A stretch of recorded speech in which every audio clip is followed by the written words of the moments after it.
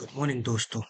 आज हम हमारा लेक्चर जो है सिटीजनशिप क्वालिटी का वो स्टार्ट करने वाले। तो आज हम इसमें देखने वाले हैं कि जो सिटीजनशिप्स है हमारी, वो कितने प्रकार से हमें मिल सकती है और कितने प्रकार से हमसे छीनी जा सकती है, और इसमें क्या क्या लॉज अमेंडमेंट्स आए हैं और किसके तहत हमें सिटीजनशिप मिली। तो चलिए हम हमारा लेक्चर स्टार्ट करते हैं। पहले पहले हम सबसे पहले ये जानना है कि सिटीजनशिप जो है, नागरिकता, वो हमारे लिए क्यों जरूरी है।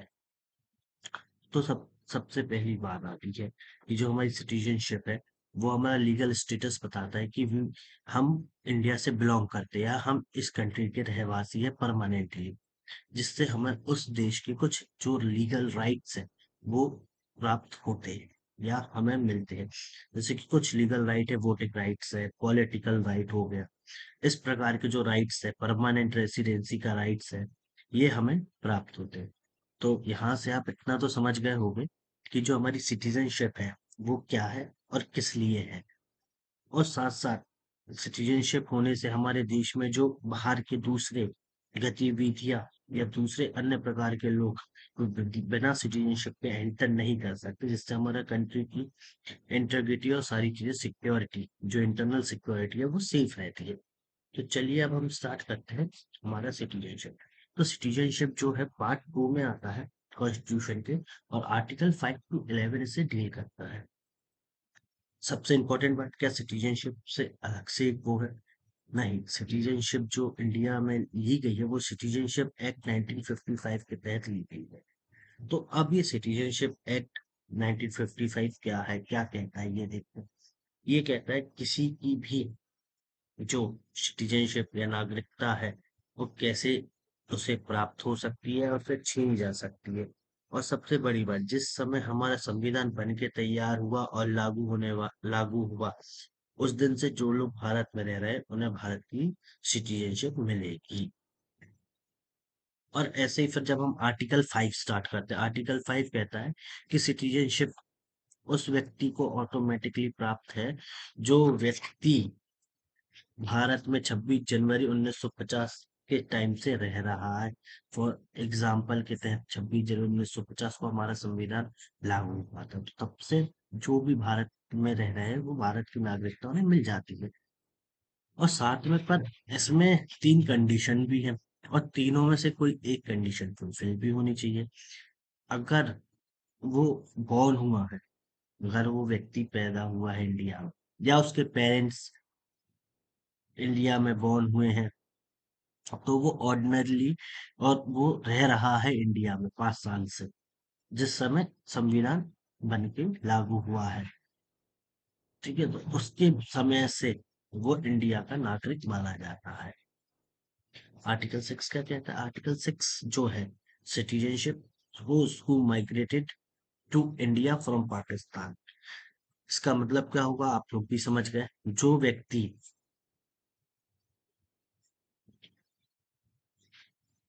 जो व्यक्ति पाकिस्तान से इंडिया माइग्रेट हुए, उनके लिए ये सिटीजनशिप है। तो अब इसमें भी कुछ लॉज है, इसमें भी कुछ फुलफिलमेंट्स होनी चाहिए कंडीशंस की, तो वो देखते हैं उसके जो पेरेंट्स है या ग्रैंड पेरेंट्स, मतलब दादा दादी, वो अनडिवाइडेड इंडिया में बॉर्न हुए होना चाहिए।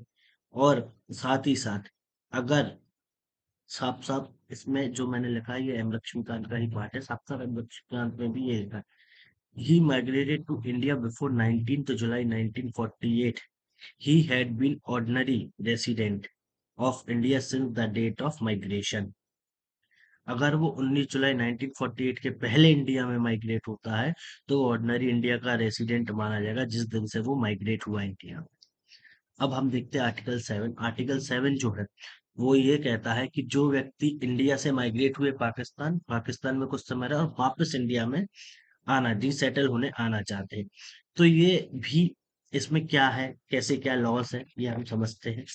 तो सबसे पहली चीज, जो कि व्यक्ति इंडिया से पाकिस्तान और पाकिस्तान से वापस इंडिया आना चाहता है, तो उसके लिए ये कहते हैं, आप पढ़ सकते हैं इसमें, citizenship of those people who migrated to Pakistan from India after 1 March 1947 and again came back to India for resettlement could become any city Indian citizen. जो व्यक्ति 1 मार्च 1947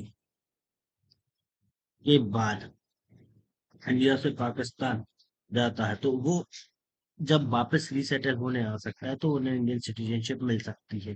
पर उसमें भी कुछ कंडीशंस अप्लाई की गई है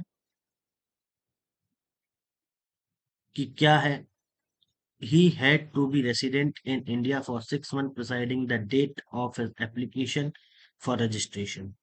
कि जो व्यक्ति इंडिया में आया है और उसे सिटीजनशिप चाहिए, उसे 6 मंथ का वो एक पीरियड सर्व करना होगा इंडिया में एप्लीकेशन देने के पहले। तो चलिए अब हम आगे चलते हैं, आर्टिकल 8 देखते हैं। आर्टिकल 8 जो है वो किस चीज से डील करता है और क्या कहता है?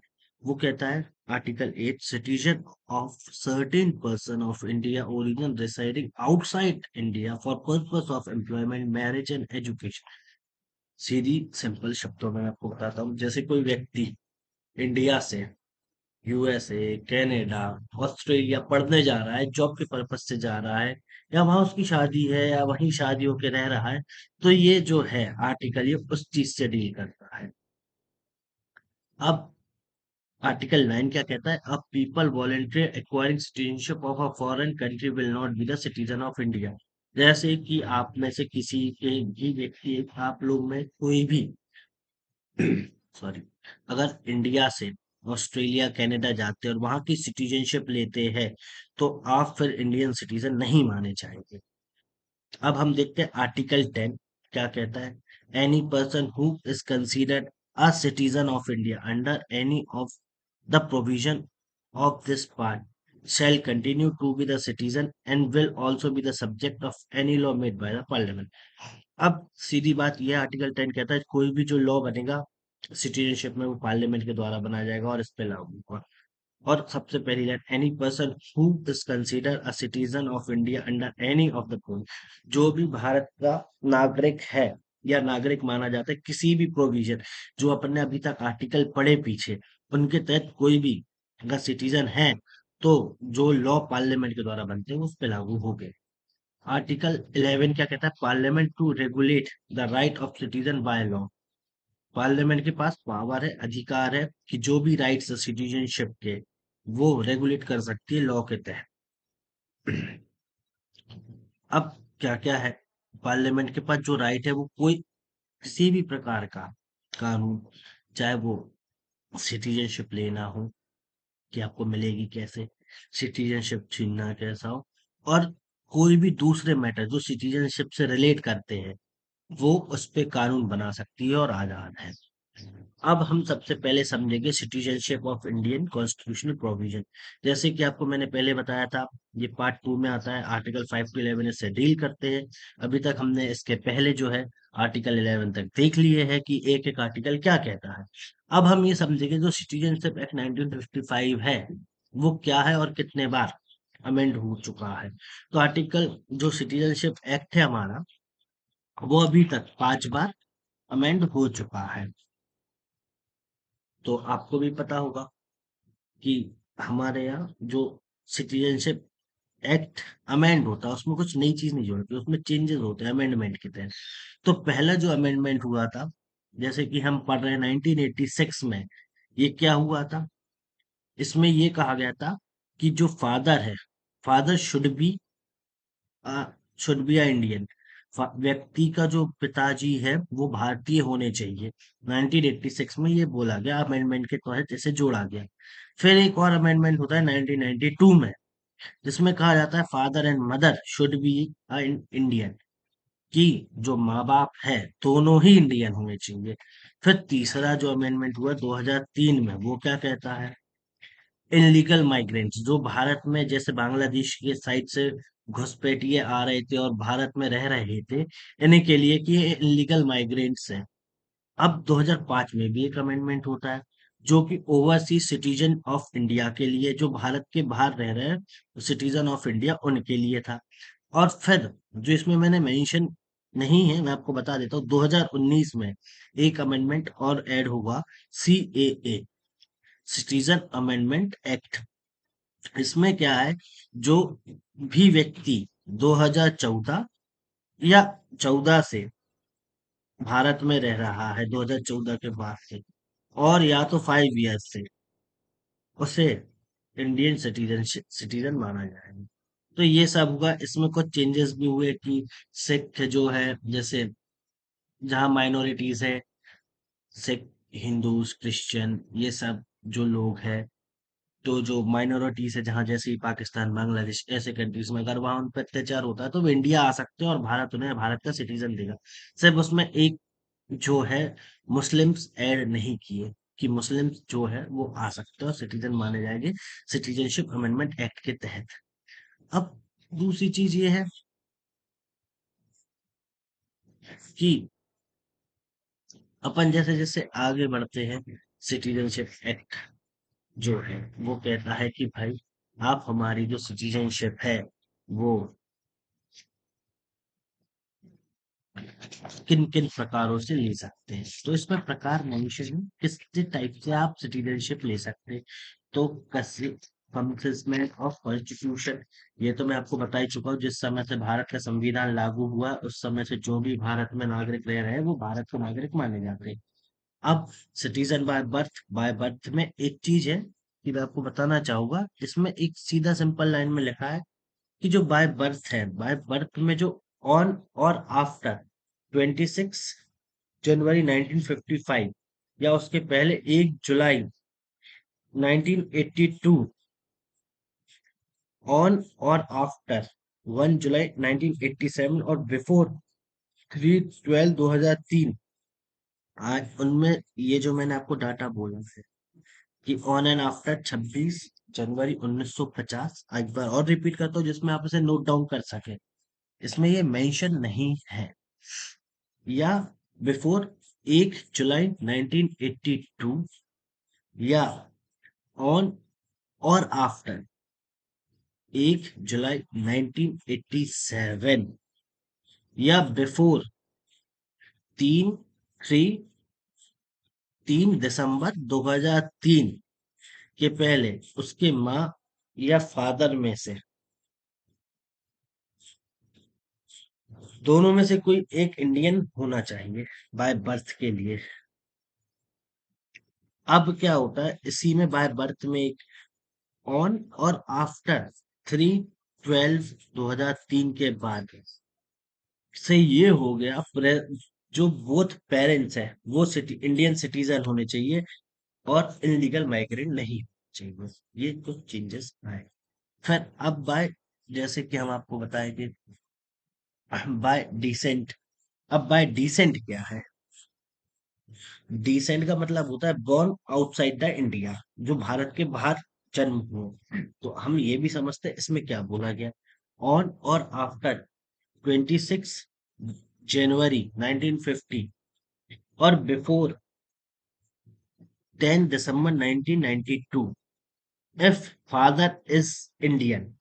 ये जो मैंने आपको डाटा दिया, ऑन एंड आफ्टर 26 जनवरी 1950 और बिफोर 10/12/1992 के पहले फादर इंडियन होना चाहिए, तो आपको इंडिया की नागरिकता मिल जाएगी।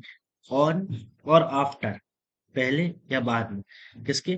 10 10 दिसंबर 1992 और बिफोर 3 दिसंबर 2004, आज तक दोनों में से माँ या पिताजी में से कोई एक इंडियन होना अनिवार्य है इंडियन सिटीजनशिप के लिए।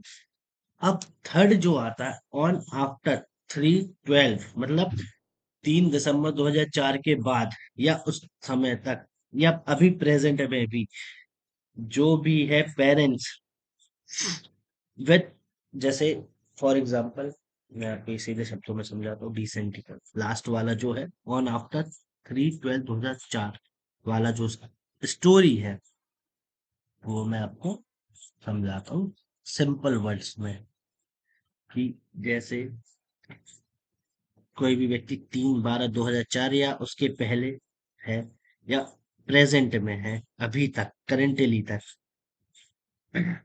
कि आज की डेट है 24/9/2022, आज की डेट तक, कि पेरेंट्स जो है वो 1 साल के अंदर बर्थ बर्थ के जैसे आज के दिन अगर किसी का बेटा पैदा होता है यूएस अमेरिका कनाडा कहीं भी, उस दिन से 1 साल के अंदर उसका रजिस्ट्रेशन इंडियन एम्बेसीज में फॉर सिटीजनशिप के लिए कर सकते हैं, तो उसको भारत की नागरिकता मिल जाएगी। अब हम आते हैं बाय रजिस्ट्रेशन पे कि भाई बाय रजिस्ट्रेशन क्या बोलता है। जैसे कि आप अपन तक असेसमेंट ऑफ कॉन्स्टिट्यूशन देख चुके, बर्थ देख चुके, डिसेंट देख चुके, रजिस्ट्रेशन रजिस्ट्रेशन में क्या है, जो है पर पीपल ऑफ इंडियन ओरिजिन, जो है भारत के, जो भारत के मूल नागरिक रहे या इंडिया से बिलोंग कर रहे हैं, सिटीजनशिप, उनकी जो सिटीजनशिप है रिवेल हो सकती है पीरियड ऑफ 7 इयर्स के अंदर, उन्हें दी जा सकती मिल जाती है। अब क्या है नेचुरलाइजेशन, नेचुरलाइजेशन से कैसे, naturalisation a person should not belong to a country, आप याद रखें मैं इंग्लिश में रिपीट करूं, person not should not belong to a country where Indians are not given citizen, वो व्यक्ति उस देश से बिलोंग नहीं करना चाहिए जहां भारतीयों को नागरिकता नहीं दी जा सकती, पहली चीज सबसे इंपॉर्टेंट बात। और उसकी जो डेट ऑफ एप्लीकेशन होनी चाहिए 12th मंथ, 12 महीने पहले होनी चाहिए इंडिया में रहने के, और डेट ऑफ एप्लीकेशन 12 महीने पहले या 14 14 ईयर्स इन इंडिया हो जानी चाहिए, एग्रीगेट 11 ईयर्स माना जाता है इसमें।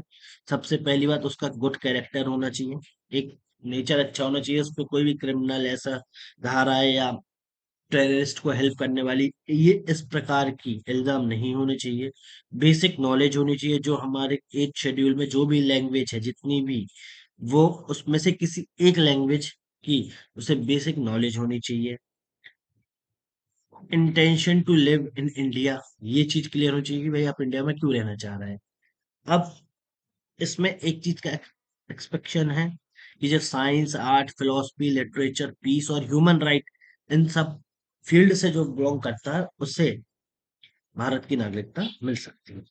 अब इसमें अपन देखते हैं bye incorporation of territories by the government of India, ये क्या है। अगर भारत सरकार या भारत देश किसी की भी टेरिटरी पे कब्जा कर लेता है या कोई अपनी स्वेच्छा से भारत में सम्मिलित हो जाता है, तो वहां के जो सिटीजन है वो ऑटोमेटिकली इंडियन सिटीजन बन जाएंगे। अब हम देखेंगे भारत की जो नागरिकता है वो कितने प्रकार से जा सकती है, तो ये 3 प्रकार से जा सकती है भारत की नागरिकता, बाय रिकग्निशन टर्मिनेशन डिप्राइवेशन। रेन्यूक्रेशन जो है, जो सीधे सिंपल शब्दों में बताता हूँ मैं आपको, कोई व्यक्ति अगर भारत की नागरिकता छोड़ दे खुद की इच्छा से तो उसकी नागरिकता चली जाएगी। टर्मिनेशन, टर्मिनेट कैसे होगा, जो टर्मिनेशन है वो कैसे होगा, वो वॉलेंटियरली दूसरे कंट्रीज की सिटीजनशिप ले ले। जैसे फॉर एग्जांपल कोई व्यक्ति जो है अमेरिका की नागरिकता ले लेता है, तो वो ऑटोमेटिकली इंडिया का नागरिक नहीं रहेगा। ये शायद अपने आर्टिकल में मेंशन है, तो आप कमेंट करके बताइए, इससे पहले मैंने आर्टिकल का नाम और आपको एक्सप्लेन किया था किस आर्टिकल के तहत उसकी ये नागरिकता जाती है, इसमें कमेंट बॉक्स में कमेंट करके बताएं। और साथ साथ अगर आपको ये कंटेंट अच्छा लग रहा है जो मैं आपको दे रहा हूँ, तो इसे लाइक शेयर एंड सब्सक्राइब भी करते रहे। अब अब थर्ड जो है डिप्राइवेशन, ये क्या होता है और कैसे जाती है भारत की नागरिकता।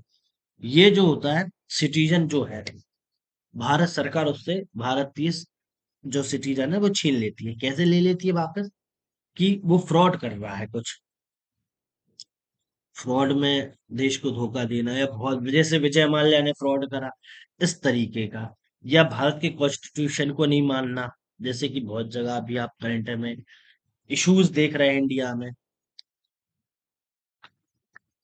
कम्युनिकेशन मिल जाए एनिमी से उसका, जैसे कि इंडिया पाकिस्तान का वॉर चल रहा है और कोई व्यक्ति इंडिया की सारी जो खबरें हैं वो पाकिस्तान को दे रहा है ड्यूरिंग द वॉर, जब वॉर के टाइम तभी, तो उसकी नागरिकता छीनी जा सकती है।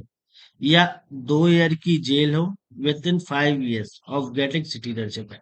कोई व्यक्ति को 5 साल पहले इस 5 साल के अंदर, जैसे अभी सिटीजन मिली, 5 साल के अंदर वो 2 साल की जेल चला जाए सिटीजनशिप मिलते ही साथ, तो उसकी सिटीजनशिप छीन ली जाती है।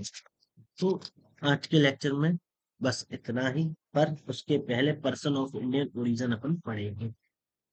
आपको लगा कि इतनी जल्दी सर ने खत्म कर दिया, इसलिए ऐसा नहीं।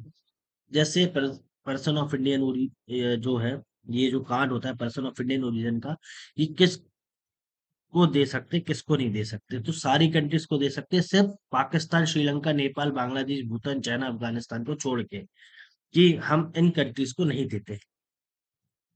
और पासपोर्ट देते हैं, वो कभी भी इंडिया आ सकते हैं, जा सकते हैं, और इसमें कोई दिक्कत नहीं है।